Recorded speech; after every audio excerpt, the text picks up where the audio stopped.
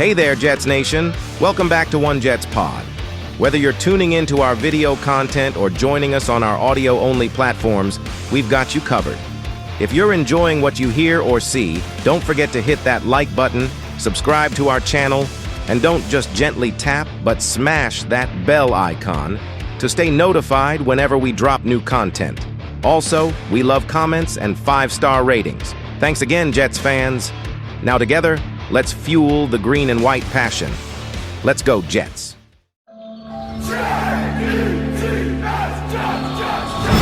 Welcome to Jet Life Stadium. Hit it! Hey, what's going on, everybody? This is Randy with the One Jets Pod, and I'm joined by my co-hosts Brandon Batts and Dominic Lorenz. Brandon, my brother, how are you? What's going on, everybody? I'm good. I'm ready to talk some football. You know, it's going to be fun. It's going to be an interesting conversation, but I'm ready to get into it. Dominic, my friend, how are you? A little well-rested and relaxed. Niners had the bye week, so I got to just watch football, but I'm not going to lie. We all agree, we were all on our internal chat. Those 10 a.m. games were awful for the most part. So at a certain point, I said, screw it. And for a good hour and a half, 2 hours, I went straight to the NASCAR championship and just watched make 4 left turns for a good 2 hours because I'm like, those 10 a.m. games were not doing it for me Sunday morning. I'm not going to lie. Not going to lie. Well, that's a hell of a segue. The pick'ems this week, yeah, like you said, another one of those weeks. Now, I came home, I laid down, I was like, all right, I'll wake up about 11, 12. I'll catch the second half of these games. And the minute I wake up, I get in our group chat. The first thing I read is, Brandon, I hate football. Yeah. That was I feel, honestly, that's been a lot of the theme this season. We talk about it every week when we do the picks. You know, we need parity. We need to change it up. But some weeks and some days, I'm just like, what the hell? This is insane. I'm not digging it. Now, which game surprised you guys this weekend? Well, I'm going to give due where due is due. Mm-hmm. That's too many word dues in one sentence. But I took Miami. That game, I'm so glad I didn't wake up at 6:30 a.m. because that game was awful based on the stats. And why, oh, why is no one throwing either Mahomes or Tua under the fire this week in the media? It's like it's business as usual. Yep. You can't do no wrong. It's like, come on, like 21-14. Like there was other games in Europe that played better that was a severely worse matchup. And this was a game I think we all thought was going to be 30-something to 30-something. And it turns out to 21-14. Chiefs score nothing in the second half. Travis Kelce goes quiet again without Taylor Swift. Mahomes is not Mahomes, and I'm trying not to beat a dead horse and try to revive him in some way. But, like, that game was depressive, and I would say that's my con of the week. Like, that was a depressive game that I thought was going to have good implications, like a fun game to watch, or at least on replay. A game that I actually enjoyed watching for the little bit that I watched of it. Sunday Night Football. Bengals-Bills. Yeah. Like, clearly Joe Burrow is healthy. Mm-hmm. Clearly. Like, he made that a well-known fact. He can scramble again. My Bengals are back, baby. And that's going to make the Bengals different now. So, literally, beginning and end of the Sunday, there's other in between we'll talk about, but Dolphins and Chiefs severely underwhelmed. Yep. And I'll tell you what, man, I'm back on the Houston Texans bandwagon. I mean, I really thought it was going to be a get-right week for the Tampa Bay Buccaneers, and I mean, it was a close game. I mean, Tampa Bay almost pulled it out, but how about CJ Stroud, baby? He is the real deal, dude. I mean, he over 50 fantasy points. Rookie of the year. Yep, I just put a waiver claim in for him in one of my fantasy leagues. Dominic, you better hurry up and get that rolling through. I'm gonna need him. It'll go as of midnight. It'll process through. Championship. But just a weird week. Yeah, I know. Hey, Brandon, we were in the same boat. Commanders win. How the Next time now that I pick the Commanders, they're gonna lose. Commanders, the Bucks, like you said, the Bucks game. It's just like games. There is a lot more parity. It's such a weird season because you're trying to figure out. You want to say that there's parity, Yeah. but then you're like, what? Like then you're like, how is this team beating this team at all? Yeah. And Because then they're going to put up a donut. they have for the 6 next losses. You know what I'm saying? Yeah. It's just like it doesn't make any sense. Yep. But whatever. What are you gonna do? That's football. So, speaking of this week, now I called this. I said Brandon was going to be a 1 week wonder. I didn't know Dom was going to come out on top. We're virtually tied. So what are you talking about? 1 week wonder? We're tied. What are you talking about? So Dominic goes 9-5. Your name did not have the swag chain this week. You like that, huh? Yeah, that's good. I just had the skinny jeans. I had the skinny jeans and the. Oh, y'all just wrong right now. Throw me under the bus. I tried. I was so much more muscular in those photos, though. I'm so happy. I'm like the Jim Lee of Photoshop. There we go. Anyway, so Dom goes 9-5. He's 81-55 overall in the season, and he wins the week. Congratulations, Dom, on getting back in the first place. Brandon dropped down to second place, going 8-6 for the week. He's also 81. Virtual tie. Yep. Can we just say virtual? All based on virtual one tie. game is what's separating them. That's the only reason Dom's in first. It's all right. And then you got this jag-off sitting down there at third for the second week in a row. 8-6 ties Brandon for the week, but I'm 76-60 overall, man. Like, I am slowly falling out of this thing, bro. The only thing I will say is the not picking before we record helped me last week. So again, we're going to roll through that once again this week. I'm doing that for the first time this week because I am guilty. I was already predetermined last week. This week, I didn't do it. Well, especially with all the quarterbacks that were supposed to start, didn't finish, and all that. Like, Arizona's got Kyler Murray coming back this week. How do you adjust? Like, there's a lot of quarterbacks that make or break a pick sometimes. Josh Dobbs comes in. Again, I apologized to the Vikings fans for what I said last week. That was not intentional. That was not even – I wasn't even talking injury-wise. I was just talking this guy flat out sucks. Dobbs is in the building. If we fall behind, we're going to the vet. Yeah. And dude knows – he doesn't know the name of his wide receivers, and he comes in and wins again. He's showing the O-line the snap count. Wow. In the second quarter. We couldn't go get that guy? Hello? 7th round pick? What a great segue. We got 3 of them. 7th round pick? Come on. We gave all 3 of them. Shit. Oh, man. But anyway, so, yeah. Great segue. Yeah. Anyway, congratulations, Dom, on getting first. Thank you. I'm looking forward to see how that plays out this week, man, because I need to do something. I need to get back in the mix. I'm down 5 games, man. Yeah, it's pretty substantial. Luckily, I didn't lose too much. I basically lost a game on you guys this week. I think it was 4 off for you guys last week. So, oh man, still got half the season to go. I know. Got time. Now watch me go undefeated this week. He's gonna say it until it happens. You got to dream. You got to dream to make that happen. If you believe, you can achieve. Yeah. There we go. Thanks, guys. We support here on the One Jets. Oh, man. So, excuse me. Yeah, on a weekend where, well, now we can say literally every AFC East team loses. The Jets literally had a chance to go into Monday night and make up some pretty damn good ground in the East, even in the AFC as overall.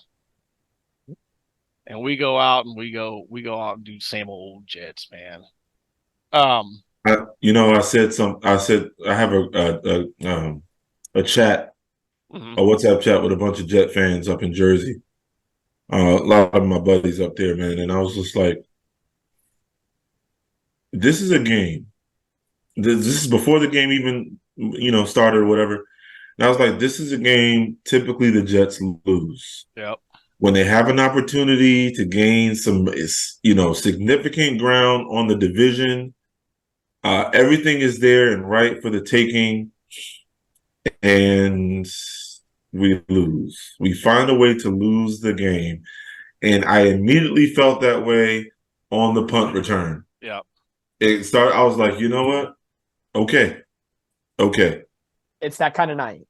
Yeah, that kind of night. Yeah. I'm not gonna lie. I saw some looks and some faces. I mentioned this on the show, I believe. Or I might have even said it to you guys, but I can sense, when players are coming out or they're on the sidelines or whatever, just like the demeanor, the looks on their faces. And when Zach and company were coming out of that tunnel, there was just a look on their face as if they weren't ready, man. And I was like, but I was trying to look away. I was like, no, don't think like that. Don't think like that. Don't jinx it. And then all of a sudden that punt return happened. I go, son of a bitch, here we go. And the defense starts strong with a quick 3 and out. Yep. Yeah. And I was happy. I was like, this is what I wanted. Go in there, smack him in the mouth, get the ball back. Yeah. And we flying go around. Yeah. Will we get like 6 yards on that first drive before we punted? I don't know. Couldn't even get a first down. It was less than 10. Well, check out these numbers. All right. The Jets had a total of 13 offensive possessions. Those ended with 7 punts, 3 fumbles, 2 field goals, which was our only points of the game, a turnover on downs at the end of the game, and we went 3 and out 5 times, man. Now, I'm not going to place this all on Zach, although I'll tell you what's really starting to irritate me is this whole narrative about, he's progressing. He's not turning it over. Okay, well, everybody's using that in the context of he's not throwing interceptions or bonehead interceptions. Okay, but he's also bubbling the ball a lot this year, man. You're exposing the ball way too much. Way too much. And that has to do with holding on to the ball too long, staying in the pocket when the read's not there. I mean, it seems like as soon as he feels a little bit of pressure, it's like he just folds like a cheap tent, dude. No attempt to run. Well, there was a couple. Yeah, go ahead. Go ahead, Don. No, there was a couple times last night where he had a clear lane to run. Yes. He gets to the line of scrimmage, and it's basically him and a defender, one-on-one action. And instead of clearly he can do it, pull off a move, and garner 4, 5, 6, just a small chunk play, he decides to sidearm or just throw it down to the running back option, who's covered by 3 guys. Or throw it to the ground. Or throws it to the ground like, I don't need this one. His it's pocket like, awareness we're is up trash. 40 and we can throw it away. It's like, go run. Like, no one is preventing you from running. So I don't think we did him any favors. I don't think he's doing the team any favors. Look at this. So we average 14.5 points a game. That is 10 points below the league average. How we won the last that is 10 points below the league average, and we're at 500 right now. That's all. And then if you consider the Chargers were the 32nd ranked defense in total yards, 31st against the pass, and we had them looking like the 85 Bears. The way they were playing it, Hackett didn't do us any favors. Nope. What is the play calling with Hackett? I don't get it. Again, I don't understand why Aaron Rodgers loves Hackett. I understand why Hackett loves Aaron Rodgers, but I don't understand why Rodgers loves Hackett. I have not seen it come to fruition at all. His play calling is atrocious. Maybe he feels as though Zach ain't it. I think it's because Hackett, he lets Aaron run the show. That's what I think it is. But I wouldn't be shocked. I mean, tell me we don't look like the fucking Denver Broncos of last year, bro. Joe, I think we look worse. Yeah. Worse. There's absolutely no way, and maybe it happens because Aaron Rodgers is Aaron Rodgers. Whenever he comes back, if he's being tongue-in-cheek when Derwin James saying in a couple weeks, or if it's next season, or whatever the case may be, Nathaniel Hackett is not going to last long with the Jets as their OC. No. You can't. You need someone more competent. Everybody was riding high after the Denver win. Yeah, it was a rivalry game with what was said between he and Sean Payton and the whole situation. But over the last couple of weeks and this season in general with Zach Wilson, Jets are, thank God, 4-4 right now and surviving. But that won't last. Was Sean Payton that wrong? No. I don't think he was wrong. Maybe no, he went about it the wrong way, but he was not wrong. Yeah, I don't think what he said was not wrong. How he went about it was wrong. Absolutely. But the Chargers to allow the Chargers defense to only give up 6 points, have 3 fumbles, 8 sacks, and for a loss of 57 fucking yards, and the Jets' offense got less than 299 yards. Against not even 31st ranked pass defense, dude. So in fantasy, that's 26 points. You're winning your week if you have the Chargers defense. Who had the Chargers defense? Crickets. That's not happening. Clearly, huge problem, as we talked about last week, with that offensive line. That was clearly apparent last night. Turnstile. This kid throws it over 40 times and don't even barely gets over 200 yards. And how much of those were garbage time yards there toward the end? Not even 200 yards against the worst ranked pass defense, dude. No. Secondary for the Chargers look great. What's the game plan, bro? And what was the adjustment at halftime on offense? Oh, I know I'm getting ahead of my script here, but I need to talk about this, dude. Hurry up offense, looking like we're just gonna punch it in, and as soon as we get in the red zone, we just go conservative, dude. Yep. Goal line offense within the 20. What? The stat you had a couple weeks ago about the red zone inefficiency and all the problems that are going on inside the 20 were on display last night. There was absolutely no rhyme or reason that the Jets in that possession could not have punched the ball. Again, we talked about this before we hit play. Randy didn't have anything positive to say. The only positive I'm going to give, you held defensively. The defense gets the positive credit. Offense gets nothing. You held a quarterback like Justin Herbert, who maybe isn't having his best year of his career, but still a quality top 10 quarterback in football, to his lowest yards thrown of the season, 136. Mm-hmm. His lowest completion percentage, 53.3. Oh, I'm glad you're bringing this up. His lowest average yards per pass, 4.5. Didn't throw a single touchdown, which is the first time that happened this year. His longest throw was 23, his shortest of the year. He took 5 sacks, which tied the most in a game this year. The tie was with the 31-17 loss to the Chiefs. His lowest QBR of the season, 41.1. His next lowest was a win against the Raiders, 24-17. The Jets defense gave Herbert his worst performance of the entire season. If you told me that without showing me the score, you would think this game was 16-13, 17-14, something close. But no, it's 27-6. I'll add on to that real quick. Yeah. I actually got, I think I got this off Twitter, and I apologize. I forgot who I got this from. But it says, I might even got this from The Athletic, if I'm not mistaken. Jets became the only NFL team in the Super Bowl era to have their defense collect 5+ sacks, hold the opponent to under 200 yards, and not allow any 25-yard plus plays, yet still lose a game by 20 points. I swear the Jets have the worst. We have the worst records. Like, remember the Fitzpatrick embarrassing records. Embarrassing. Remember the Fitzpatrick season? Mm-hmm.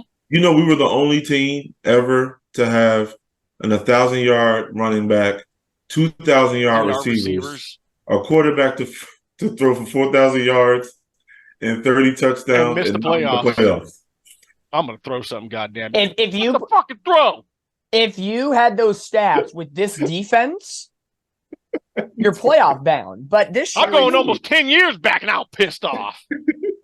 But again, you take away the punt return touchdown by the Chargers, and it was 20-6. Yeah. The offense of the Chargers got 20 points on the Jets defense. Mm-hmm. Another positive, But Greg I will Zuerlein. say, Dom, you have to. There's some context to how they got those points. Correct. It wasn't like they were moving the ball up the field. Nope. There were no long sustained drives. It was fumbles. Yep. Fumbles, turning the ball over is what got them in position to score, or put that, or the field position for them to be able to score field goals or what have you. So it wasn't like as if the defense gave up 20. Yeah, I guess they did, but it was because of the field position or the lack of effectiveness on the offense and the turnover and not being able to protect the ball is what allowed them to put the Chargers in position to score easily. And you look at each of the Chargers possessions that they scored. Besides the punt return touchdown, their next touchdown to make it 14-0, 8 plays, 50 yards. Okay, they started it right at midfield, great field position. Yep. Then they get a field goal right before half, 3 plays, 21 yards. That was a Garrett Wilson fumble, by the way. Yeah. Yes. Oh my God. That one was tough. Then you go to halftime, and it's a manageable halftime score, 17-3. You make adjustments. Okay, you can compete in this game. But then you look at the second half, the only long sustained drive the Chargers had all night, 16 plays, 68 yards, and the Jets defense is able to hold them to just a field goal. But it took so much time off the clock, 8 minutes and 17 seconds. That was that real last drive that killed us. Yeah, and then they had the other fumble, and then one play later, Austin Eckler runs up the middle for the touchdown. So really, they weren't doing anything special. Everything else, there was 3 and out, 3 and out, 3 and out. Why were we abandoning Breece Hall in the first half? What was the game plan? I mean, was it really to ask Zach to throw it for 40 fucking times? We're 0-3 when we've asked him to throw it 40 plus times. Yeah. They wanted him to outperform Herbert in the air. That's not gonna fucking happen. I mean, he did, but I mean, barely. But This was their third primetime game because you had the Buffalo opening weekend, then the Chiefs game, and then this. Each time, Zach Wilson found a way to do something positive. Rallied them back in the Buffalo game, rallied them back in the Chiefs game. And I really think if it's Nathaniel Hackett, he said, we're playing Justin Herbert, who's an up-and-coming quarterback in this league.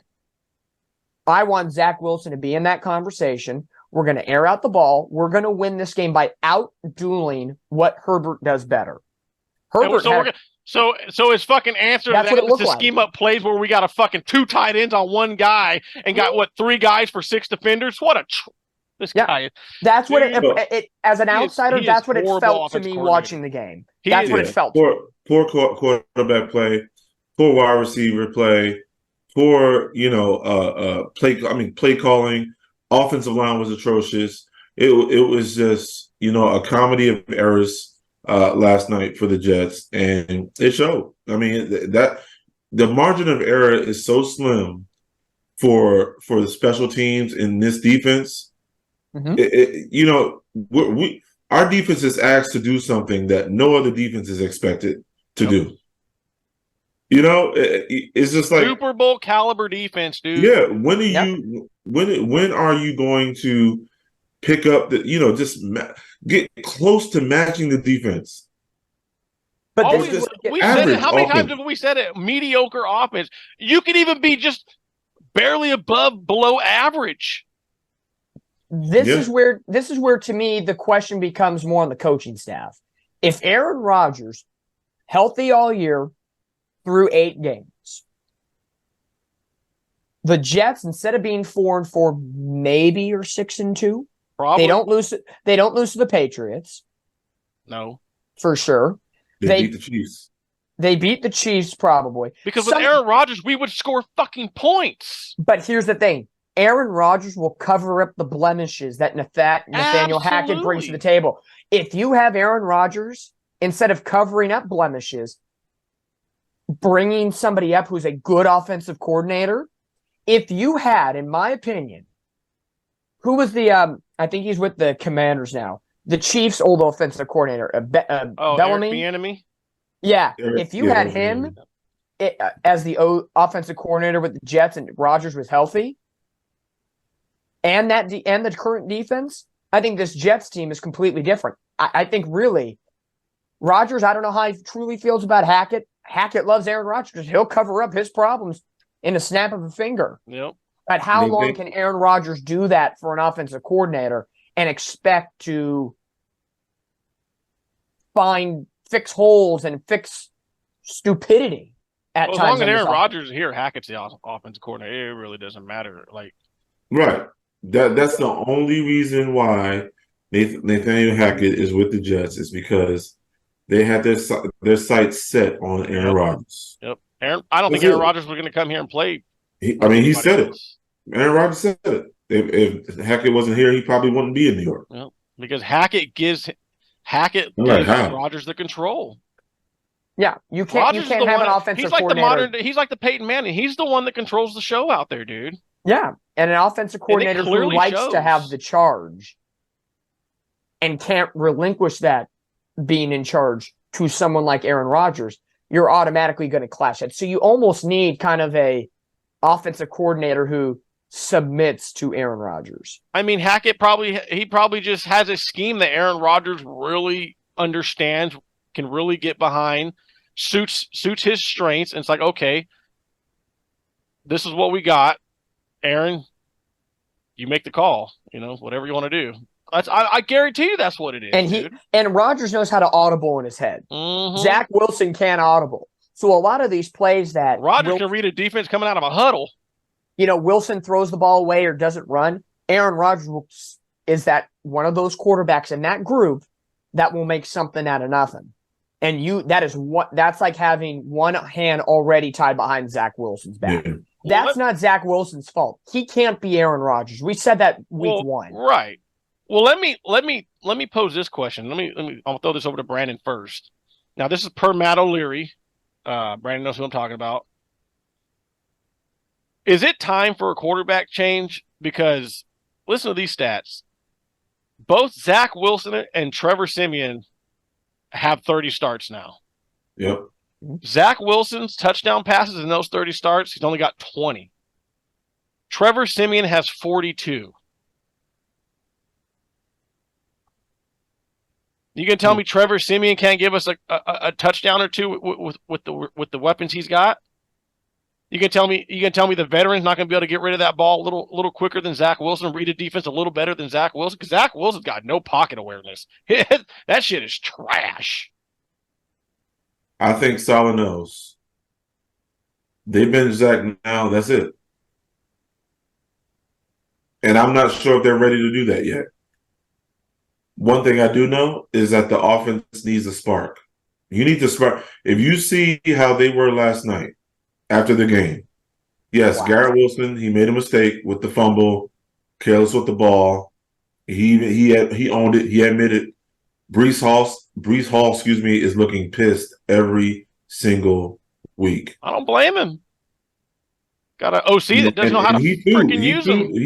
He too messed up on the play last night too. And he owned that too. But this offense needs a spark, and Hackett's not going anywhere as long as Aaron Rodgers is here. Mm-hmm. So yes, to answer your question. A quarterback change is probably needed, but it won't happen. What I'd like to see is what Jake Asman mentioned earlier today. He needs to be on a very short leash in this game against the Raiders. Yep. Activate Siemian as the number 2 QB against the Raiders on Sunday night. Yes. And have Zach on a very short leash. And if he comes out looking like a dud, like he's been doing, sit him. The offense needs a spark. We are wasting this elite defense. Yeah. We're wasting them. We don't know what the defense is going to look like next year. Yep. We don't know if Bryce Huff is going to come back or we're going to sign him and yada, yada. We just don't know. You have to capitalize on the moments that you have, on the things that you have. And we're not doing that. We're wasting it away. And I swear, Lazard, Oh my oh my goodness. gosh, man. I feel like He we only- were he only works 65 it and down. you're trying to catch balls like this. Put your fucking hands up, asshole. Stonehenge. That's how you play Stonehenge. receiver. Lazard only works in the offense if Hey, Aaron Rodgers baseball is there. motherfucker. He's pissing me off. That is the most expensive. Oh my god. He only works if Aaron Rodgers is the one throwing to him. And the pre-snap penalties, some of the penalties he got. I mean, I'm just like, what are we doing? But Another that's game. coaching too. 8 That's penalties coaching. total. 8 Yeah. penalties total. How many 40 times did we yards. see last night? We do a positive play flag. Yep. Every time. I counted at least 6 or 7. Yeah, it just takes the wind out of you when you do that, the air out of your cells or whatever expression they use for that. But every time it seemed like every time they had a positive play, there was a flag or there was a fumble or whatever. It's just like we just look so inept on offense. It's just sad and embarrassing. And I'm ready to go to our picks because I'm tired of talking about it. We're not done yet. I'll say You this. guys are, of course. I'll say this. I agree with Brandon. You're not going to get a QB change because that's going to signify the media going right to Saleh and everybody else. Why in the hell did you not switch or get an extra quarterback the day after Aaron Rodgers went down? Yep. They're going to signify this bigger issue. And the New York media, it's going to be coming hard and coming fast. It is going to be a situation where they're going to have to die on this sword of Zach Wilson. You're going to have to, because you pull him now and you put Trevor Siemian in, I don't think you're going to get that much of a change. On paper, you should be able to get a change on paper, but based on this offensive line right now, Siemian having to come in off the practice squad, it's not going to look pretty. Maybe he forces his way through it, but it ain't going to look pretty. Could it be really any worse, though? No, it won't be worse, but I don't think it'll be as better as we would hope it would be. It'll be a spark. It's a start. I think if you went out, we talked about this right before we hit record. You're telling me we couldn't use a 7th round pick on Josh Dobbs? That's what I'm saying, dude. Couldn't sweeten it up and give That him 2. that would have them. been Hello? You play to win the game. You don't play to just play it. yeah. So I would have taken a flyer on cardiac wins. Yeah. That's what they call him. Didn't he Yeah. just sign with the Rams? Yeah, did. which He tells me did. that tells me Matthew Stafford's thumb is screwed up. I mean, Yeah. I was saying Wentz early in the season. Like, why not? That was my first pick when Aaron Rodgers went down that next day when Randy was in his fields. I said, everybody was like, "Oh, get Matthew Stafford, trade for him." I'm like, why? Just go get Carson Wentz. Like, yeah he's going to throw a buttload of interceptions, but at least he'll We'll throw score 300 points. yards a game. Yeah, He'll we'll score go. points. He'll go to Garrett Wilson plenty of times and Yes. feed that dog. But see, that's my whole thing on this whole situation, fellas, is, and this is what I was thinking about this earlier while I was doing my grocery shopping, believe it or not. I'm thinking, like, While you were in the produce aisle. you know what I'm saying? Think, turkey's done. But, like, we can't let this season be derailed on the fucking shoulders of Zach Wilson. Like, there's got to be some kind of change, some kind of spark. And I'll tell you right now, there's a fucking reason Aaron Rodgers is trying to come back this year, because he knows we can't win with Zach Wilson.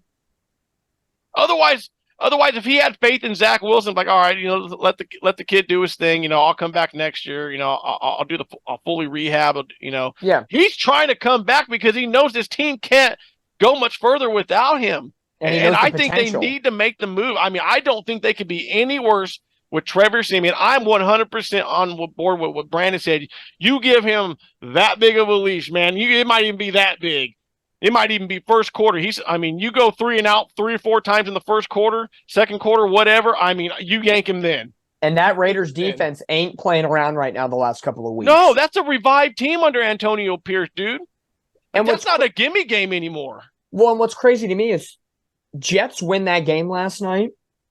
They go to 5-3, Yep. and they're in a 4-way tie for 5th in the AFC. And a half game And a out half of game first out of place first. in the AFC East. And instead, It's too you easy. lose, and you're now the tied in a 3-way tie for the 9th seed with the Texans and Chargers, and the Chargers would own the tiebreaker. Yeah. So that was worth almost a game and a half. Yep. Because we'll be battling against the Chargers for a spot. That's just a same old Jet thing to do on a weekend where every team in your division loses. You are handed a freaking opportunity, and you go out there and shit the bed in front of the whole world, dude. Yeah. Thank God for Greg Zuerlein. His leg looks great. MVP, our special teams kickers and shit. Yep. We appreciate Greg DeLay. We appreciate it. Like you guys said, the offensive line, abysmal. I mean, I don't know what it is with this team, man. I'm going to keep saying this. Like, I'm at a point now where I don't give a shit about no freaking receivers this offseason. I want offensive line, free agency, and then we go in the draft. I want offensive line. A good backup quarterback. And if you got some money, you can go out and get a receiver. Like, I'm sick of this shit, dude. I'm sick of, we go out and get receivers. We go out, get running backs. We go out and draft a fucking quarterback. But we don't get no goddamn offensive lineman. It's the same story every fucking year, man. What you guys have on offense is plenty for Aaron Rodgers to utilize. You have Breece Hall. Great. Dalvin Cook's not coming back. You'll get another number 2. You got, other guys in the pipeline. You're fine. Garrett Wilson, no questions asked. Alan Lazard, not great. Aaron Rodgers will make him look better. Okay? Gibson, nice guy to have. I think he'll be nice moving forward. But you have enough pieces, Conklin, Rucker, you got other pieces that Aaron Rodgers will cover up the blemishes and make do just fine. And can someone tell me why Billy Turner's still on this team? He was responsible solely for 3 of them 8 sacks last night. Wasn't he the one hugging? I'm not even going to call Joey the motherfucker Bosa? a turnstile. He's a ghost. You can just walk right through the motherfucker. Dude. Sam Bosa- Darnold, Bosa- love playing with him. Bosa grabbed him and Zach Wilson. down at the same time. Yeah. You saw that? Yep. That's what I was bringing up. I was like, I knew Brandon. What's up, I forget who. bitches? Yeah. Joey Bosa was looking like his brother, Nick Bosa. He had a revived game. It was like Nick Bosa was in Joey Bosa's body, man. That was one of those games where He took down that lineman and Zach. Yep. At the same time. If you do not get at least 3 or 4 O linemen in this draft, it's a failure. Not even in the draft, man. Spend that money in veterans. Spend the money. What you need at least 4 O line guys. You need to revamp the whole motherfucker. Yeah. You keep Elijah Vera-Tucker. I mean, yeah. Don't play in Denver next year. I'm okay if they want to keep Mackay. Joe Tippmann could be a decent guy. I don't know. You need some anchors. I don't know if he's an NFL center though, man. But you definitely need at least, you're right, 3 to 4, at least 3 new starters. This is what I'm talking about.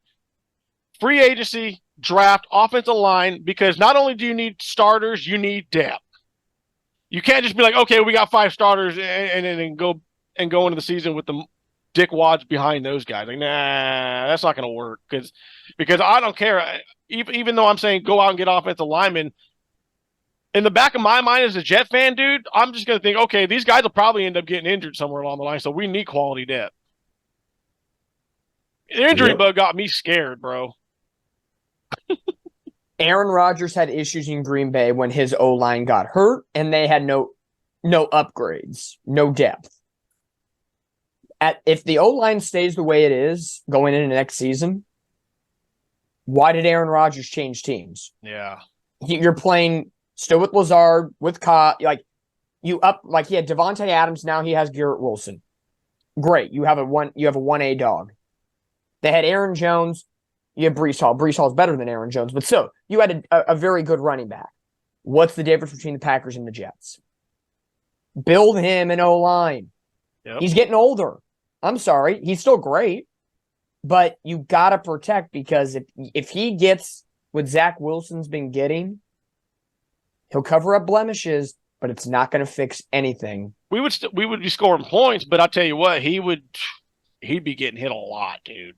And whenever he comes back, don't tell me whatever team he's facing that first game back, they're going to bull rush the heck out of him to test that Achilles. Yep. You know. Absolutely. So if he comes, my question as an outsider to both of you, disregarding the fact of trying to save the season, make the playoffs, just with Aaron Rodgers' health and the way the O-line is right now and the way other teams are going to attack that O-line when he's back, would you want Aaron Rodgers coming back this year? Or just, you know what, wait it out. We're going to fix the O-line this offseason, and we're going to be better for next year for protection purposes. What would you rather have? I want Aaron Rodgers. He's healthy. Aaron Rodgers. if the doctors clear him, if his doctor clears him, if the Jets doctors clear him, and Aaron Rodgers says, I'm ready to go, I'm Aaron Rodgers. I don't give a shit. I don't even care if we're out of contention. At that point, I just want to see some freaking good football. Good football. So, Aaron Rodgers. Yeah, I'm Aaron Rodgers. I'm in agreement. But I'll say this, man. I mean, I know I just said a little bit ago, but we cannot. I get it, fans. Like, trust me, I get it. I've said it on the show several times. I get the progression Zach has had. But I'm getting sick and damn tired of hinging this season on a couple of fucking flashes a game. Because, dude, listen, 4 games. I still do not understand how we are 3-1 in the last 4 games when we are 10 of 55, 18% on third down, 1 for 13 in the red zone, 7.6%. Yep. Maybe we do have a historical fucking defense. Maybe not in the context of the 85 Bears or the 2000 Ravens, but maybe we could be that third one. Because I'm telling you, that's the only reason we're winning games, boys. That fucking defense, because I do not know how we are 3-1 in the last 4 games with those fucking numbers. And what did I say before going into the Chargers game? I've been saying it way before the Chargers game, but that's not sustainable. And I said it before the Chargers game, going into that game, if we do that again, we are gonna get our asses kicked, and we got 21 skunk, dude. We did. But I did mention this a couple weeks ago going into the before the Broncos game. I said if Zach Wilson continues to throw up goose eggs and you lose to Denver in that game, there's a potential that he's going to lose that locker room. He survived for a couple of weeks, big wins against the Broncos, the Eagles, and the Giants. But Randy said it perfectly. You saw frustration on these guys' faces. Breece Hall. Yes, some of them were for some dumb mistakes, the fumbles. Okay, turnovers happen. Bad timing on him. But I think if you have a clunker against the Raiders and then you have 2 back-to-back divisional games against Buffalo and Miami, regardless of playoffs or not, Zach's going to lose the locker room. It's at a teetering point, and that leash is short. You lose to the Raiders at the Roomba next week on Sunday Night Football, I don't know how much longer this offense is going to be like, dude, come on. Yep. You're right. Yeah. It's not easy. But I will say in joking manner about Huff, because Huff is dynamic as a linebacker. If he chooses free agency, he can come on and be faithful to the Bay, baby. I have no problem him joining our ranks. Bosa, Chase Young, Fred Warner. All right, shut up. We've heard enough. Hey, that is an endearing fact because that boy is legit. I really don't have anything left to say on this game. I mean, I just want to move on. But I will say it again. If the red zone numbers don't change, if the third down efficiency doesn't change, I guarantee you we will get our ass kicked again on Sunday night by 20 plus points. I promise you. If the Raiders quarterback, a rookie, outplays Zach Wilson on Sunday night, what does that say about Zach Wilson? Yep. I know it'll say something about the Raiders defense maybe, but I mean, can we talk about how the Raiders looked against the Giants this past week? It looked like a football team. Yeah. I mean, a week ago the Jets couldn't do anything on the Giants. Nope. Defense. But the Raiders, they ran the ball. Josh Jacobs had a coming out party for one of the first few times this season. That's what I wanted to touch on. And Brandon will know this for sure. Why is it that on third down, and I'm talking third and short, not even screw to third and medium, screw to third and long, I'm talking on third and short, why we can never convert, but on fourth and short, no problem. Piece of cake, piece of crumb cake. What the fuck is that, dude?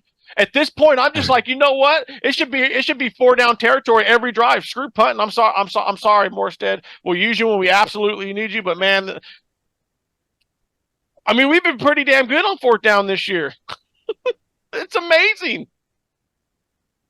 Nothing makes sense about this offense. Not a damn Nothing thing. at all makes sense about this offense. And when you try to make sense of it, you get frustrated, you get a headache, you start to want to drink, curse, or whatever. That's what you want to do. You wanted to curse this weekend, I'll tell you that. You look at this offense, and you just baffled. You just baffled on how inept they look. They look like a high school team on offense. Like they don't belong. Like they don't fit. And it just does not make sense. These high school teams could put like 40 to 60 points on Probably. I've seen a couple high school games. They probably could. I used to play on one where we used to give up that much. But no, hey, I'm done. I'm done with this Chargers game. I don't know if you guys got any final thoughts, but yeah. Yeah, I'm done. I've been done. Wipe it, erase it, check it out, man. All right, man. So we're going to go ahead and move on to our weekly predictions. We're heading into week 10 and starting off on Thursday night. Oh, man, you want to talk about game of the week, dude. The prime time game this week? the NFL. I'm sorry, Jets fans, but the NFL had a perfect opportunity to put either Niners at Jacksonville or what was the other game they were talking about as well? I forget the other one at hand. Into Sunday Night Football. They choose to keep Raiders Jets. And nothing against the Jets, but that's just NFL is just I don't know what they're thinking on that one. Could even flex Cleveland and Baltimore in there if you wanted. That was the other game. Well, in their defense, the Jets have been a draw Monday Night on prime time. Not anymore this year. Well, I mean, I'm just saying they have been. They have been. All of the games that the Jets been playing pretty good. Yeah. I'm saying all of the games that the Jets have played on prime time have been one of the most watched. Games, and I don't know if that's because of the Aaron Rodgers allure or our defense or what have you, but we played pretty well. And the biggest storyline, I'll save for when we talk Jets Raiders. Yeah. I'll save it. I know there's going to be a storyline coming out of that game for show. All right. So we're going to start off on Thursday night. I'm going to call this the game of the week. We got Carolina at the Chicago Bears. Oh, my gosh. We got Chicago favored by 2.5. Good grief. Man, like I said, I don't have anything picked here. Any of you guys want to go first? No, I'll go first. Just looking at this game, yuck.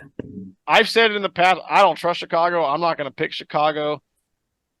They're only a 1-game difference as far as wins and losses. I'm going to go on. I'm going Carolina. I just think they're better in the quarterback department. I'm just pick the home team, man. I don't know. The Bears. They're home, right? Bears at home? Yeah. They're at home. I don't know what probably the reason they're favored by 2.5. Yeah, I'd have to look at I know Justin Fields is questionable. I don't know if he's ready to return yet with his thumb injury. according to some reports right here, they don't expect Justin Fields to be back this week. I wouldn't. He was limited in practice today. If Justin Fields was to play Thursday, which I don't think he will, they would have a better shot. Carolina. How does what? Justin Fields How would they have a better shot? That guy's won one game since he's been drafted. He would throw to DJ Moore all night long, and I don't think Carolina would have a stop for him. It'd be like that Commanders game again. It'd also be it'll be like a revenge game for DJ Moore too. Yeah, they traded him. Exactly. Them to Chicago. I'll say this: DJ Moore does have that somewhat of a revenge game against Carolina. Adam Thielen's been nice. I think we're all. I don't. Carolina. Splitting hairs, man. I don't know. Honestly, I want to say the Bears, but Carolina sounds good. But Bryce Young goes like 3 picks a game, and the Bears defense. Oh my! Why is this Thursday? Why is this Thursday? It makes no sense. No. Can they flex out Thursday night games, or are those locks? I think those are locks because this game should be played on a Saturday at like 12 o'clock. This should be like a Sunday game in baseball. Yeah, this is one of those games that should be played. Tyler Anderson pitching while like Michigan's playing Ohio State and like 50% of the country's watching college football. Right, exactly. That's what I mean. 50% of the country watching college football. Just throw this game in there. Oh, I'm gonna say this. You know what? Looking at some things, I'm gonna go in line with Brandon. I'm gonna give it to the home team. How do you pronounce their quarterback's name? Badgett or Badgett? I think he's going to be a little more cleaner than Bryce Young. I could see the Bears picking him off a couple of times, and with the point of the DJ Moore redemption game, and the Bears are back at home, they might get Herbert back. Give me the Bears. Last game they won. Yeah, so give me the Bears. I don't. Coin toss it, Bears. And DJ Moore, PJ Schmore. The Bears are 2-6. He ain't having no effect. I like how we took like 10 minutes on that one just to figure out the worst game. It's game of the week, baby. Come on. Everybody hurry the fuck up. All right, so you guys got the Bears, and I'm the only one with the Carolina Panthers. Going undefeated. Here we go. Moving on to Sunday, we got the Indianapolis Colts at the New England Patriots. In Germany. In Germany, yes. I remember this time. New England is favored by 5.5. Huh? Yeah, I don't. What? What? I'm just reading that for the first time. I'm just like, what? Yeah, no. Yeah, give me the Colts. You can give me the points too, but I got the Colts by 5.5. Yeah, that I would say if Colts was up 5.5. I have no idea. Colts. We'll make that one fast. Clean sweep on the Colts there? All right. Yeah. Ooh. Next one's good. Next one. Houston at Cincinnati. Yeah, man, they doing my boy CJ wrong. Cincinnati is favored by 10.5. Man, I think this could be a lot closer. The Texans, man, sitting there at 500, 4-4, where a lot of people probably wouldn't have them at this point. Mm-hmm. They are playing some pretty good ball. I mean, I think they're going to be right there in the thick of it for that last wild card spot. CJ Stroud is the guy. I mean, that comeback win that he led, that draw. Just pick your Bengals. Unbelievable, dude. Just pick your Bengals, man. What's that? Just pick your I know you want to pick your Bengals. Just pick your Bengals. Who are you guys picking? I'm picking the Bengals. Bengals? I'm Joe Burrow's back. He's back. And that secondary is pretty nice. They held Buffalo pretty down pretty quickly. CJ, I think it'll be a close game early on, and then Burrow will just take away with it. So the 10.5, like Cincinnati winning by 10 or so, could be realistic, but it will happen like late in the game, like a little bit of a runaway at the end. And just a little plug, T. Higgins, free agent. We should look at him. Yeah? Yeah. Wow, man. I know everybody's watching this right now and thinking, just fucking pick the Bengals. Yeah. But CJ Stroud, man, like you're mesmerized by Hey, this is like me last week when I went hard overhead with Baltimore over Seattle, and that clearly worked for me. Sometimes you got to play with the emotional stick. I'm not Yeah, trying I almost picked Seattle. You know what? I like what you said there, Dom. Upset of the week. Texans over the Bengals.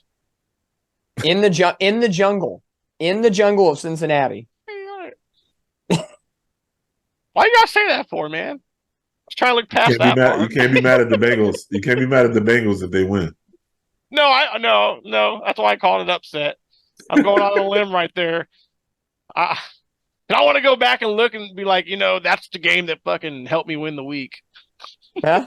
Like, guess what? You got to be perfect somehow this week. That's right. That's right. I'm defeated, man. Come on. All right. So we got you guys with the Bengals and me with the Texans. Moving on, we got the New Orleans Saints at the Minnesota Vikings. This is kind of a toughie. I mean, both teams are playing well. Minnesota, I wouldn't say got a spark, but I mean, it's not like they're going to miss a beat now that they got Josh Dobbs. Are they? Who's at home? Minnesota. And Minnesota's favored by 2.5. The only difference for Minnesota, TJ Hawkinson came out with an injury. I don't know what his status is. I think he's going to be fine. Give me a second. The Saints are playing pretty well, man. This might be a good tight matchup. Saints are healthy, right? Saints are healthy. Derek Carr's been playing better. Kamara, Michael Thomas was shut out this week. The Chicago defense did shut him out, but Olave was playing better. They're utilizing Taysom Hill more, which isn't huge, but it does give the opposing defense something to look at. Yeah. I have, in a close game like the Atlanta-Minnesota game, I have New Orleans, but Minnesota is a tough team when they're at home. So this would be a game where I would say, okay, Minnesota's the home team. I'll give them the win. But the Saints have a little more on the ground running. Yeah. Kamara's stronger. Cam Akers is out with a torn Achilles. Madison is not as good as Kamara. Justin Jefferson's not back yet. Dobbs will have a full week, and it'll be interesting. But the Saints, I'll take the Saints. Close game. Yeah. Oh, man. Yeah, I'm taking the Saints, too. Saints. I want to pick the Saints. I think it'll be close. Do. Back and forth game. Yeah. Yeah, it's definitely a pick'em game. You know what? I'm gonna ride that Josh Dobbs wave right now, man. I'm gonna go with Minnesota on this one. I don't blame you. I like it's the, a I good like wave. the points in this one too. I think it'll be close. I think it'll be like a 22, 18, 22, 20 type game. Like I think just Josh Dobbs, does something a little exciting to get him in field goal range, for a last second win. Yeah. So. Excuse me. All right, so you boys got the Saints, and I'm rolling with Minnesota on this one. All right, I love the parody so far.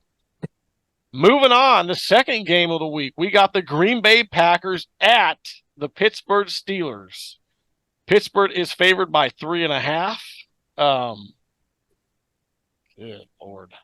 Pittsburgh, for me, they're going to pressure Jordan Love into some bad situations. Pittsburgh. Yeah, I think I'm going to go with Pittsburgh on this one, too. I just don't. I hate the Steelers. I hate the Steelers. I don't know how they keep winning. How? They get on my nervous. I don't know how they keep winning, man. Oh man! But they keep winning. Yep. All right. And you gotta hit a Steeler fan's mouth. Yep. Anyway. All right. So clean sweep of the Steelers.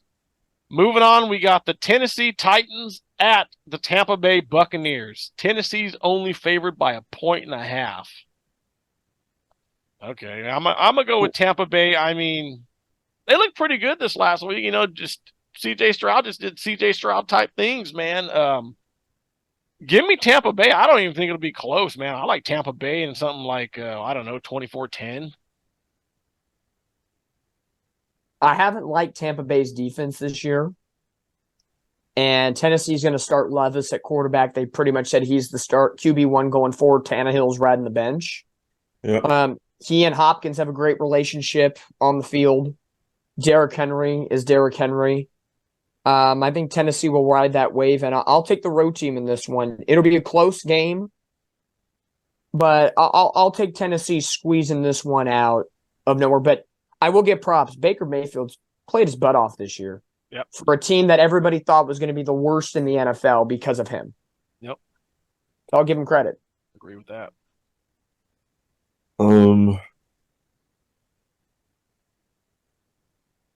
I've gone back and forth in this game too.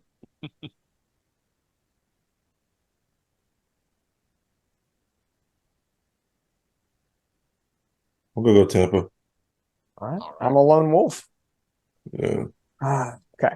All right. Next, we got Dominick San Francisco 49ers at the Jacksonville Jaguars. Whew. Now, Game of the week.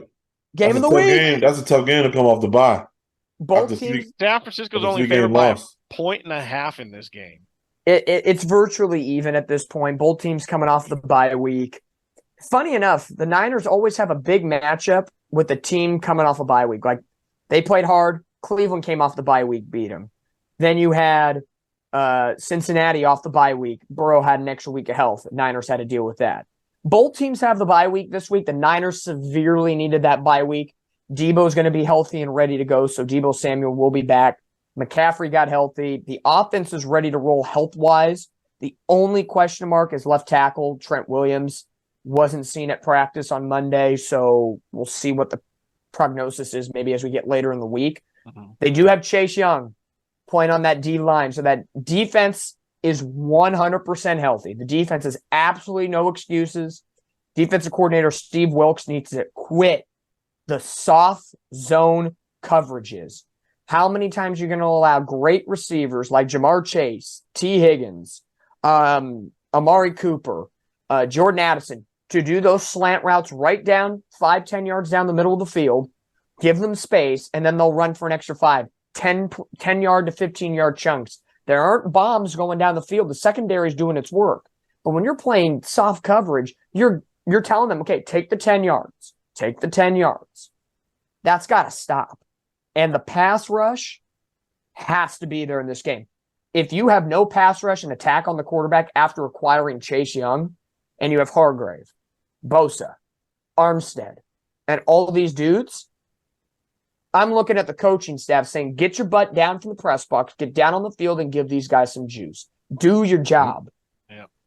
So, in my opinion, I'm rolling with my Niners, of course. It's going to be a good game. Sure. Calvin Ridley, even though he hasn't had the greatest of season, he's had moments. Christian Kirk, the Niners know him very well from his Arizona Cardinal days. Mm-hmm. Travis Etienne's the guy that scares me right now. Yeah. Coming in hot. He has the most touches in the NFL. He's getting 2 tutties a game over the last, 4 out of his last 5 games. Yep. The Niners' run defense has to be stout. You got to force pressure on Trevor Lawrence into bad situations. This game could get high scoring fast. And I love me some Brock Purdy. Just don't get in your own way. I know a lot of people are coming for him. He's not who he thinks he is or who we thought he was going to be. Okay, the guy's on a 3-game losing streak. Who else hasn't lost 3 in a row before? Out of the greats. Again, we talked about it at the top of the show. Why isn't Patrick Mahomes getting some hate for his poor performance this season? Yeah. Brock Purdy is performing stat-wise with the likes of Jalen Hurts, Patrick Mahomes, better than Burrow even though he's been injured, and up to the level of Justin Herbert. But he's getting bad love because he's lost 3 in a row. Cleveland game, we win if it wasn't for a kicker. Minnesota, 1 miracle play right before half, and if Purdy doesn't throw 1 interception. Cincinnati, I can take that loss because of Joe Burrow and he's back. But you take away, if that was the only loss, the narrative's changed. Mm-hmm. Close game, down to the wire. For this week, and because we're coming off a 3-game losing streak, you got to have no mistakes. I don't want to call it a perfect game, but you cannot shoot yourself in the foot. So, Niners, close game. Chase Young will get 1.5 sacks in his Niners debut. I'm going Niners too. Niners. Yeah, Dom was sitting here talking it up. I was sitting here thinking, brother, I really want to pick the 49ers. Both teams coming off a bye. Jackson home. Niners got to travel. I know, and I've told you before that the Niners in the 10 a.m. East Coast games are weird sometimes. Yeah, and that was in the back of my mind. I remember you saying that. So, man, I know I said I would never pick against the Niners, but I think this week I'm going to do it. I give me Jacksonville. I like the 1.5 for Jacksonville. Give me a 21-20 ball game. Jacksonville just last second. Ooh. Yeah, one of those weird games. Yeah, last second just pulls it out to where you're just like, I wouldn't be shocked if it was a game like the Niners-Cleveland game. Something along those lines. Yeah. Maybe better offenses, but just that score and that last second mentality. But I still have love. It's okay if you guys don't pick the 49ers. I'm not going to. I haven't picked the Jets. Oh, you know me, brother. I got a ton of love. Yeah, thanks a lot, Dom. Come on, boys. Hey. Don't fight him.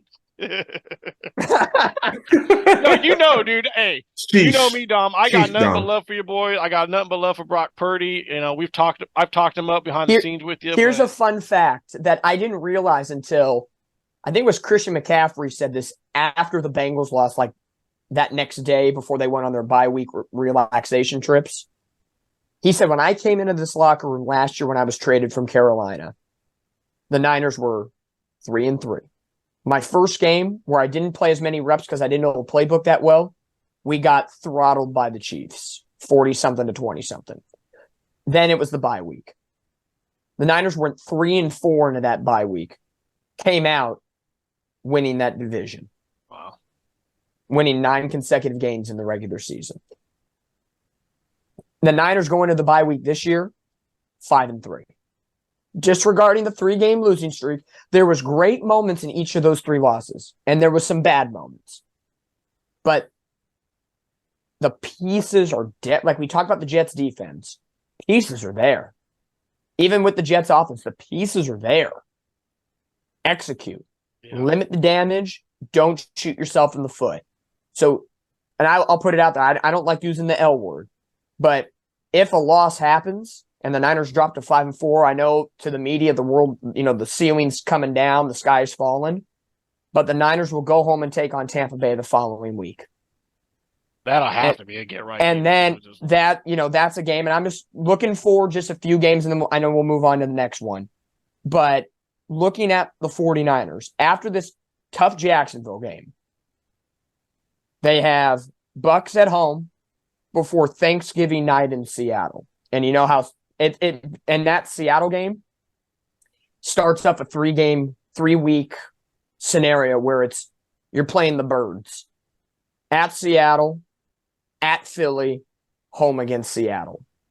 Fuck. It's not, and then you have, the Cardinals and then Ravens on Christmas Day. The Niners, I think it's the first time since the 70s or late 90s, I don't remember, a football team plays all 5 Birds teams in one season. And conveniently, it's back to back to back to back to back. What are the odds? Man. But this has to be a week. Tampa Bay's definitely got to be a win next week, and we'll talk more about it. Regardless if this is a win or a loss because it's a coin toss, the Niners have been in worse positions before after a bye week or halfway through the season and still have come out and won the division.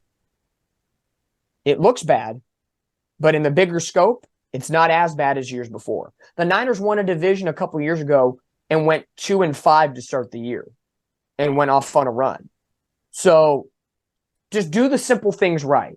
Even if you lose, if you don't shoot yourself in the foot, I like our chances moving forward because Seattle's and Philly's good, but they haven't been as great as they were last year. Well, I learned my lesson against picking against Philly. Man, I really thought Dallas was going to win that game, man. All right, so moving on. Next, we got the Cleveland Browns at the Baltimore Ravens. Like we said, this is another one of those games that could have been flexed into the Sunday night game. Mm-hmm. Give me Cleveland. Oh, whoa! Wow, that was quick. That was confidence. Borderline cocky. I don't like it.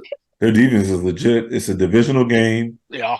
Defense is legit. Baltimore is favored by 3.5, by the way, though. That's okay. Okay. I think Baltimore. Yeah, Baltimore's going to face. I think they're going to. Yeah, I like that defense. I do like Cleveland's defense. I'm still pissed at what they did to the Niners 3 weeks ago, but everybody's claiming Baltimore's the best in the AFC right now. That's They're what playing like it. Yeah, they're playing like it. Lamar Jackson, I know that damn divisional matchup. It could go either way. I'm going to lean towards Baltimore with it being at home. Defense but, travels. Yeah. Gus Edwards has been nice in the backfield, complimenting Lamar Jackson, who hasn't had a run as much as we've seen him in the past. Yeah. And Mark Andrews is doing well. Baltimore does, if they need to be a legit contender, they need a couple wide receivers to step up. Yeah. Like Zay Flowers has been fine. Oh, like all their wide receivers have been fine. It's been Lamar Jackson, Mark Andrews show in the air game. But this week, it's not going to be pretty score-wise. It's going to be a dogfight. But Baltimore squeaking it out somehow, some way. They'll move to 8-2 if they win. They'll continue. Mm-hmm. 7. Oh yeah, 8-2. You're right. Yep. Yeah. Yeah, I'm with Dom on this one. I'm gonna go with the home team. I'm gonna go with Baltimore in this one. Close game. Like I said, I think it's gonna be a dogfight, divisional matchup. They're always close. Yeah, I could see something like 17-14. Yeah, give me Baltimore. Moving on, we got the Atlanta Falcons at the Arizona Cardinals. Atlanta's only favored by 1.5. You said Kyler Murray starting this week? Yeah. That's what it appears to be, but the rust that's going to be on him is going to be tough. Yeah, I think I'm going to go with Atlanta on this one. I mean, I don't really have much to say. Yeah, I'm going to Atlanta. Yeah, I'm going to Atlanta too. Atlanta clearly plays better with Tyler Heineke. Yeah. And they nearly beat Minnesota without Drake London. That's a good point. So there's a lot to like about that Atlanta team. There's a couple games this year. I'm glad you brought some points because I had nothing. Hey, and Bijan Robinson hasn't really been doing much for them recently. So imagine if you have Bijan on a roll with Drake London and Heineke. Yeah. They've had a couple of games that they probably should have won this year. They'll probably get on a roll by the time the Jets come to town. Really, Probably. The Falcons should be in control of first place and not the Saints. But they've kind of gotten their own way. But I think this could be a quarterback play game. hasn't really helped the Falcons out this year. And I think that's why Tyler Heineke should be there moving forward. Desmond How the Ridder. hell was he not the starter to begin with? He showed what he could do in Washington. Because we had to go with Desmond Ridder. I don't know. Good Lord. That alone should make you question Arthur Smith. Like, who? What the fuck is Desmond Ridder? That sounds like an Randy would know this one. That sounds like an Artie Moreno move. Angels baseball. I like him. I want to win with him. Dysfunctionality at its finest. Oh man. So we clean sweep on the Falcons on this one? Yep. Yep. Right, hey, cool. Either way, a bird's going to win in the game. Yeah, a bunch of birds. That one's for the birds. Moving on, we got the Lions at the Chargers. Los Angeles is favored by 2.5. How? Stop it. Who? Now, Give me the person who creates these lines. Because half of these lines are bogus. Yeah, I think it's. Give me the Lions. Although these are early in the week lines, I've seen from when we recorded our show to the time the game rolls around, the line has changed over the week. Well, like I'll say this, just looking at the next game, Cowboys-Giants, even if it's early in the week, we already know Daniel Jones is done. They only have Dallas as 4.5. And that was after Dallas beat them 40-0 on opening night. Yeah. How was 4? But they have Cincinnati at 10.5 over Houston. You'd think that would be flipped. Mm-hmm. I mean, I got Detroit in this one. I mean, better offense, better defense. Although it's crazy, I think it was, in our fantasy league, I dropped Goff for Stroud. Yeah. But the Lions score points. Like I said, I like the edge on the defense there. It'll probably be a little closer. I would say Lions in a 21-16 type of game.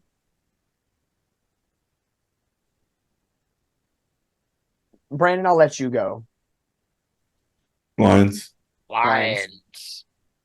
I don't know. Chargers didn't impress me the other night. No. They didn't even play that playing well. us. Yeah, That's the whole thing about it. They didn't play that well. We played better and still fucking lost. Yeah. The Chargers are severely Slightly missing a wide receiver too. Eckler and Keenan Allen can only do so much. And after Mike Williams went down, now Palmer's out on the IR. You know, their rookie wide receiver did not do that much, but I think it's a product to a very good Jets defense, an exceptional Jets defense. I think if he was playing maybe the Giants, he would have had a better game. You know, they utilized Gerald Everett at tight end. I could see the Chargers making it interesting up in the score a little bit, but Jared Goff returning to SoFi Stadium, even though it's not against the Rams, but returning to SoFi in LA. They coming off a bye week. They're feeling themselves. They're right now the class. Well, I don't want to say the class of the division because all of a sudden Minnesota's rallying themselves out of nowhere. But I think Detroit still has a good handle on that division. I would love to see the Chargers win because if the Niners win and Detroit loses, that helps the Niners seeding-wise in the NFC. But I don't think in good nature I can pick the Chargers over Detroit. Give me the Lions. All right. So clean sweep of the Lions. All right, moving on. We got the New York Giants at the Dallas Cowboys. Like Dom said, Dallas is only favored by 4.5. How? Cowboys easily. Cowboys. You know me, I hate saying that word, but give me them cowgirls. Yeah, I'm gonna go with the Giants in this one. All right, no, I'm kidding. Moving on, we got the Washington Redskins at the Washington Commanders at the Seattle Seahawks. Pulled a Dom there. Seattle favored by 3.5. Yeah, I like Seattle on this. Oh, I'm sorry. Go ahead. No, you're good. You're good. I'm thinking Seattle is at home.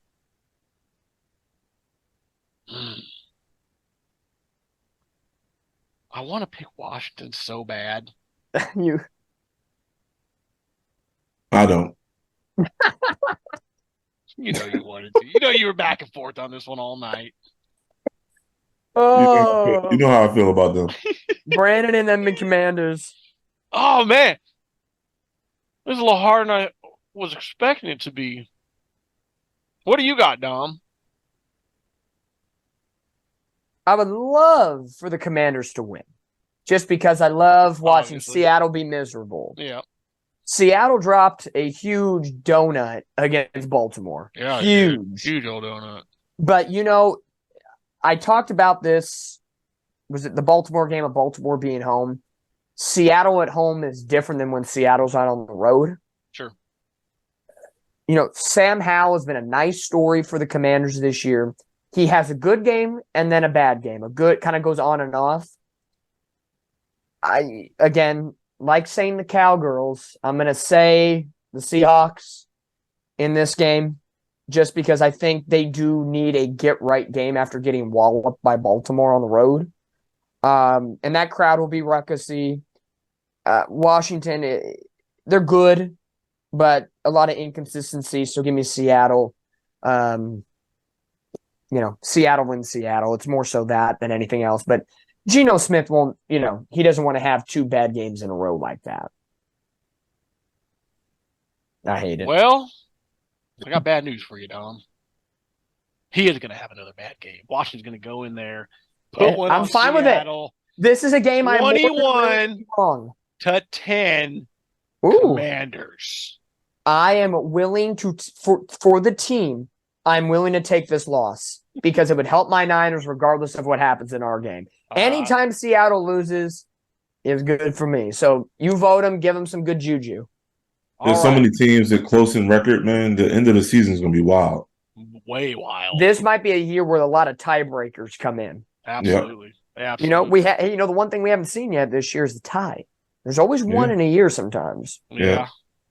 All right, so we'll talk about the Sunday night game last. Moving on to the Monday night game, we got the Denver Broncos at the Buffalo Bills. Buffalo's favored by 6.5. Yeah, Buffalo. They're at Orchard Park. Yeah, they need a win. I think Yeah. it'll be a little closer, to be honest with you. I think if the Bills pull it off, give me something 21-17, something like that. Bills. Yeah, I don't know if it'll be that close. Yeah, I'm going Buffalo. I have no belief in Denver. And Buffalo needs to get back on track, man. So yeah, give me Buffalo. I'm not sure it's close. Buffalo needs this game with Miami having a bye. This would put them at 6-4, a game more in the loss category. Mm-hmm. You know, New England's not a factor in the division. The Jets, as we talked about, could be if they, figure it out. But the stat I'm looking at, Buffalo this year, 4-1 at home. Good old Denver Broncos on the road, 1-2. Mm-hmm. They're at Orchard Park. Yeah. Those fans have a screw loose in a good way. They're toppling tables. A screw loose.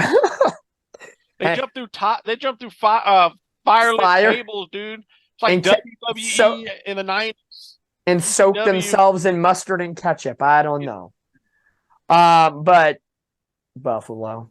It's going to be a Josh Allen, Stephon Diggs kind of day on Monday night. But Buffalo this year in prime time, 1-2, and that one win against the Giants was kind of ugly. Yeah. So prime time has not been a friend of them. So, but Buffaloni, give me some Buffaloni. Luckily for them, we returned a punt for a touchdown to win that game. Otherwise, it'd be the good old giveth and taketh away on Monday Night Football. You take one and then you give one up. Yep. All right, so clean sweep of the Bills, huh? Yep. All right.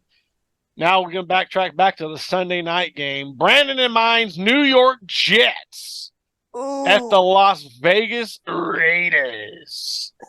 Believe it or not, the Jets are favored by 2.5 in this game right now. Y'all know me. I'm gonna keep the trend continuing. I'm gonna pick the Raiders in this one because right now, it's like I said, the Jets can't. It's not the success they've been having is not sustainable with the red zone and third down numbers that they're having. And again, if it doesn't get fixed, like I said, they're going to get their ass kicked again on national television by a Raiders team that is juiced to the gills as far as enthusiasm and revival is going. I mean, Antonio Pierce. I mean, that team wants to play for him. Yep. I know, honestly, if they can keep this up and kind of be in the thick of things, they don't even got to make the playoffs, dude. But if the Raiders can be in the thick of things, I don't see why you don't give Antonio Pierce that team full time. Just saying. But I just don't like the way the Jets are playing right now. So, Alex said, give me the Raiders. And I'll do you one better. I know I've said in the weeks past where I've said, I'm going to pick the opposing team, but I think the Jets have a chance. Not this week, boys. Not this week. I think if we're going to play like we've been playing, the Raiders beat us by at least 17.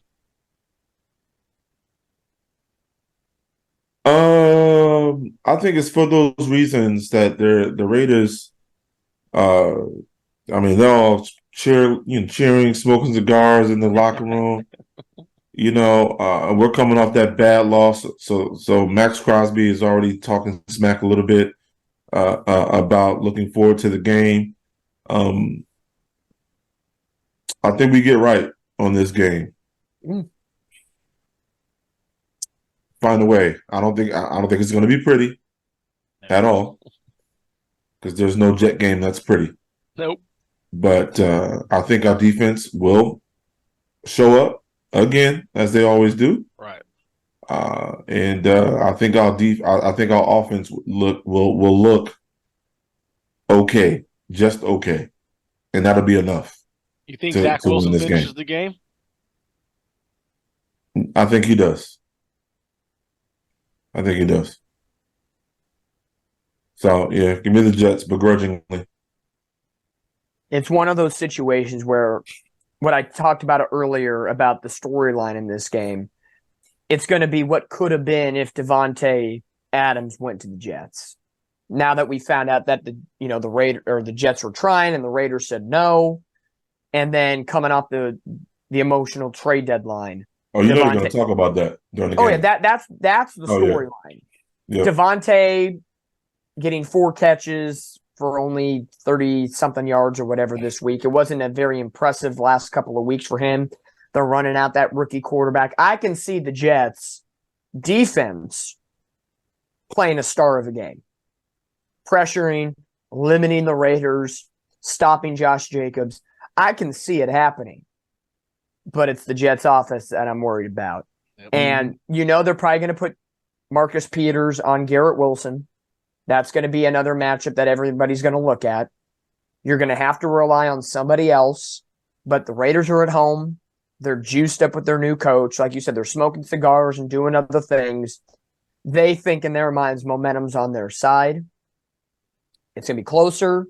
And weirdly enough, they're in a situation where if they catch fire at the right time, and in their division, the Chiefs coming out of a bye are going to play the Eagles. The Chiefs also have the Raiders twice. They also have the Bills and the Bengals. The Raiders could be sitting there saying, if we get a little help from the Bengals, Bills, and Eagles, we can at least maybe take one against the Chiefs, which I don't think will happen, but who knows? They have games against the Chargers, the Broncos, the Jets. If we win some of those, we can actually compete in this division because the Chargers can be inept and the Broncos are at the bottom of the barrel. I think the Raiders at home, with everything that's going right for them, with Pierce and everything else, if the Jets offense was just better and more consistent, this would be Jets. This got to be that much better. That much better. At least give me, please. If the Jets can get at least 10 points out of red zones this week, the hell's the point? What the point? I don't even know what a point is. Yeah, if they can score a touchdown in the red zone in the first half, that means something. They'll win this game, and that's and as we all know, that is a huge ask. First half touchdown. Yeah. I just like to get one touchdown in the game. Yeah. But again, this is a trifecta week that I don't like. I'm saying go Cowgirls, go Seahawks, and go Raiders all in the same breath. Yep. Yeah, clean. That's not great. But to all the Jets fans out there. Brandon actually had the Jets. Yeah. To all the Jets fans, I'm still rooting for the Jets. This is strictly for picks purposes. Right. Mm-hmm. Please do something right, Jets. Please protect your quarterback. Please, defense, continue to be stellar. Do something. Come on. Make up for this Monday. Make up for primetime being sucky and go out. You have 2 consecutive weeks of primetime football. Don't embarrass yourself twice. Don't. Because the first 2 times, you did pretty good for yourself, even though you went 1-1. Don't piss on yourself.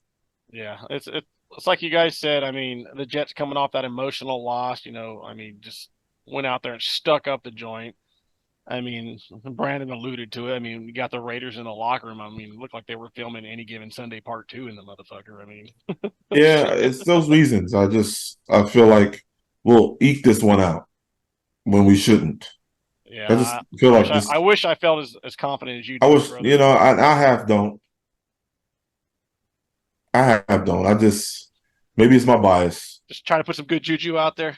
I'm trying. I don't blame you, dude. We need every deal we can get. Yeah. But yeah. So that's gonna. Any final thoughts, fellas? Nope. We're all of us, the 3 of us, for Jets or Niners. This is kind of a pins and needles week. This it. No one's comfortable this week. The Jets trying to get right. The Niners trying to get again. We always find a way to find, correlation between our 2 teams, but there is a lot of correlation right now. Get right. Don't shoot yourself in the foot after being embarrassed. The Niners being embarrassed 3 consecutive weeks and the Jets this past week on Monday Night Football. Yeah.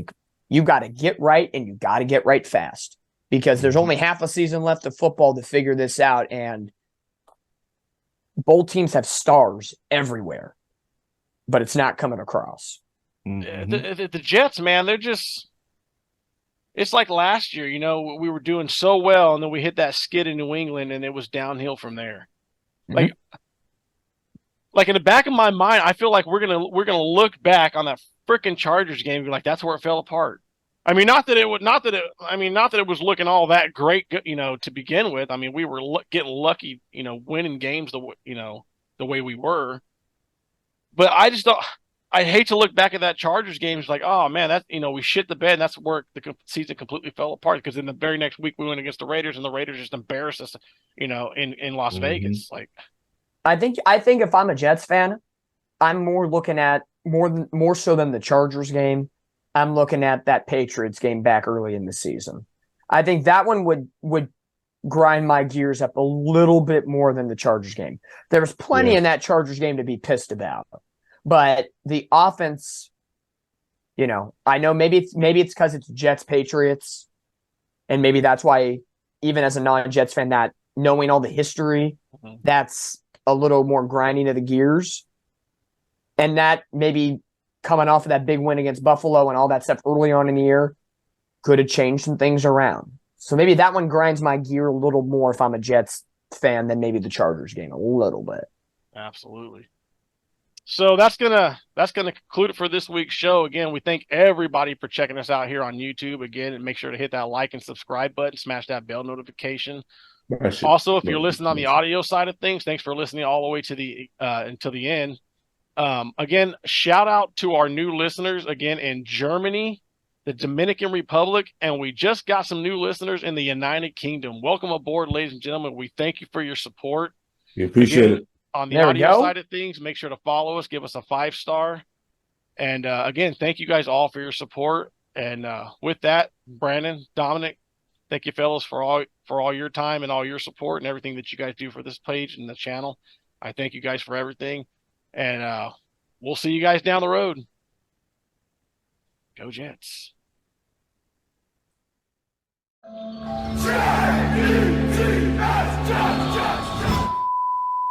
After that punt return touchdown, you just saw Zach Wilson on the sideline like, this is how this happened. I felt like it was over right there. I was like, damn. It just deflated the whole. It did.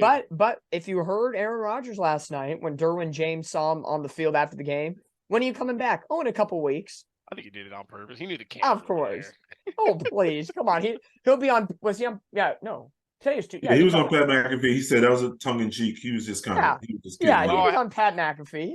I always forget it's Tuesday. Yeah, I know. I was like, what day is Yo, man, that show is hilarious. Pat McAfee, that whole crew is hilarious, man. I always see the little reel on Instagram of, remember that little 8-year-old kid that called in and was like, you're an inspiration. Then he's like, fuck Boston. And then goes, and I'm like, I remember that was one of my first interpretations of the Pat McAfee show. Kid. And I was like, oh shit, this is good. Oh man. All right, let's do this, guys. Let's start. There ain't nothing positive. I mean, you guys can bring something positive. I got literally no positive in my script here, which I forgot to send you guys, which I apologize. I literally just wrote it out before we came on. We'll follow along. I went from the bed to the bathroom to making his dinner to setting everything up all with my phone in my hand right this fucking minute. All right, let's do this. All right. 3, 2, 1.